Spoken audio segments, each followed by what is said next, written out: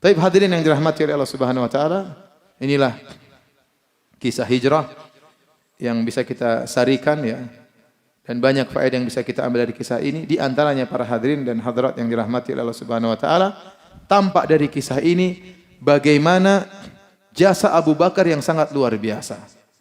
Seluruh hijrah kaitannya dengan Abu Bakar.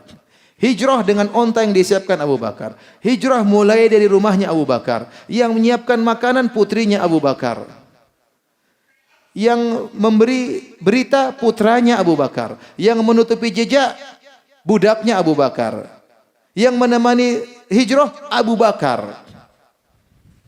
Oleh karena Ibnu Taimiyah rahimahullah ta'ala dalam kitabnya Minhajus Sunnah Nabawiyah, dicetak kalau tidak salah sekarang 9 jilid, dia sebutkan Abu Bakar radhiyallahu anhu punya beberapa keistimewaan yang tidak dimiliki oleh sahabat-sahabat yang lain. Di antaranya dalam masalah hijrah, yang menemani Nabi hijrah Abu Bakar radhiyallahu ta'ala anhu. Satu-satunya sahabat yang jadi imam tatkala Nabi sakit siapa? Abu Bakar radhiyallahu anhu. Sahabat yang pertama kali berinfak dengan hartanya Abu Bakar radhiyallahu anhu. Benar, sebelum Abu Bakar ada Khadijah, tapi Khadijah maksudnya sahabat lelaki. Khadijah istri Nabi, dia infakkan hartanya kepada Nabi SAW. Tapi sahabat lelaki yang pertama infak adalah Abu Bakar. Yang pertama masuk Islam dari kalangan lelaki adalah Waraqah ibnu Naufal. Tetapi Waraqah ibnu Naufal meninggal sebelum Nabi berdakwah.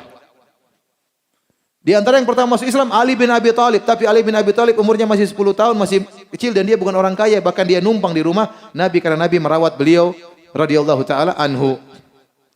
Yang pertama kali langsung bersedekah, berinfak Abu Bakar radhiyallahu anhu. Makanya Nabi pernah memuji Abu Bakar di hadapan Abu Bakar. Kata Nabi, "Ma nafa'ani malun qad, ma nafa'ani malu Abi Bakar." Tidak ada harta sangat bermanfaat bagiku sebagaimana hartanya Abu Bakar. Fabaka Abu Bakar, Abu Bakar pun menangis. Abu Bakar berkata, "Ma ana wa nafsi illa ma ana wa mali illa laka ya Rasulullah." Tidaklah diriku dan hartaku kecuali untuk engkau wahai Rasulullah. Di antara keistimewaan Abu Bakar, yang satu-satunya sahabat yang menemani Nabi berdoa di Arish tatkala perang Badar. Waktu Nabi perang Badar, Nabi para sahabat membuat semacam Arish. Arish semacam kemah kecil, tempatnya agak tinggi, fungsinya untuk Nabi mengatur peperangan. Waktu para sahabat berperang, Nabi berdoa. Siapa yang diajak Nabi untuk berdoa? Abu Bakar. Tidaklah Nabi mengajak Abu Bakar berdoa kecuali dia orang sangat spesial, doanya sangat dikabulkan. Maka Nabi dan Abu Bakar berdoa sementara sahabat berperang. Tidak ada yang menemani Nabi berdoa kecuali siapa? Abu Bakar radhiyallahu ta'ala anhu. Di antara keistimewaan Abu Bakar, setiap orang kalau ditawarkan Islam pasti ada keraguan kecuali Abu Bakar. Kata Nabi SAW dalam riwayat, "Ma aratul Islam ala ahadin illa kanat lahu kabwa illa Abu Bakrin fa innahu la yatala'tham fi qawlihi." Tidak ada seorang pun aku tawarkan Islam kecuali ada keraguan, kecuali Abu Bakar langsung terima Islam tanpa ada keraguan. Siapa yang menemani Nabi dalam goa? Abu Bakar. Siapa yang disebut sahabat dalam Al-Quran? Idh yaqulu li sahibihi. Tatkala Muhammad berkata kepada sahabatnya, siapa? Abu Bakar. Inna Allaha ma'ana. Allah bersamaku dan bersama engkau wahai Abu Bakar.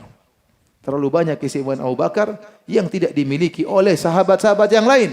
Maka pantas Nabi waktu berkata, Abu Bakrin fil jannah. Tatkala Nabi menyebutkan al-ashrah al-mubasysyirina bil jannah, 10 orang yang masuk surga, yang pertama Nabi sebutkan Abu Bakrin fil jannah, Abu Bakar di surga. Waktu Nabi ditanya, "Man ahabun nasi ilaika minar rijal?" Siapa orang paling kau cintai dari kalangan lelaki? Kata Nabi, Abu Bakrin. Nabi berkata, "Inna Allah takhadhani khalilan kama takhadha Ibrahim khalilan." Sungguhnya Allah menjadikan aku kekasih sebagaimana Allah menjadikan Ibrahim sebagai kekasih. Walau kuntu muttakhidan min ummati khalilan attakhadtu Abu Bakrin khalila. Kalau saya boleh mengambil kekasih dari umatku, saya akan jadikan Abu Bakar sebagai kekasih. Walakin sahibukum Khalilur Rahman. Tapi tidak boleh. Saya ini kekasih Allah Subhanahu wa taala. Jadi saya katakan seluruh hijrah ini kaitannya dengan Abu Bakar. Maka sungguh celaka dan sungguh binasa orang-orang yang menyangka memaki Abu Bakar adalah jalan menuju surga. Seperti orang-orang Syiah Rafidhah yang mereka isinya mencaci maki Abu Bakar, melaknat Abu Bakar, mengatakan Abu Bakar di neraka jahanam. Kalau kita baca pernyataan mereka dalam buku-buku mereka sangat mengerikan.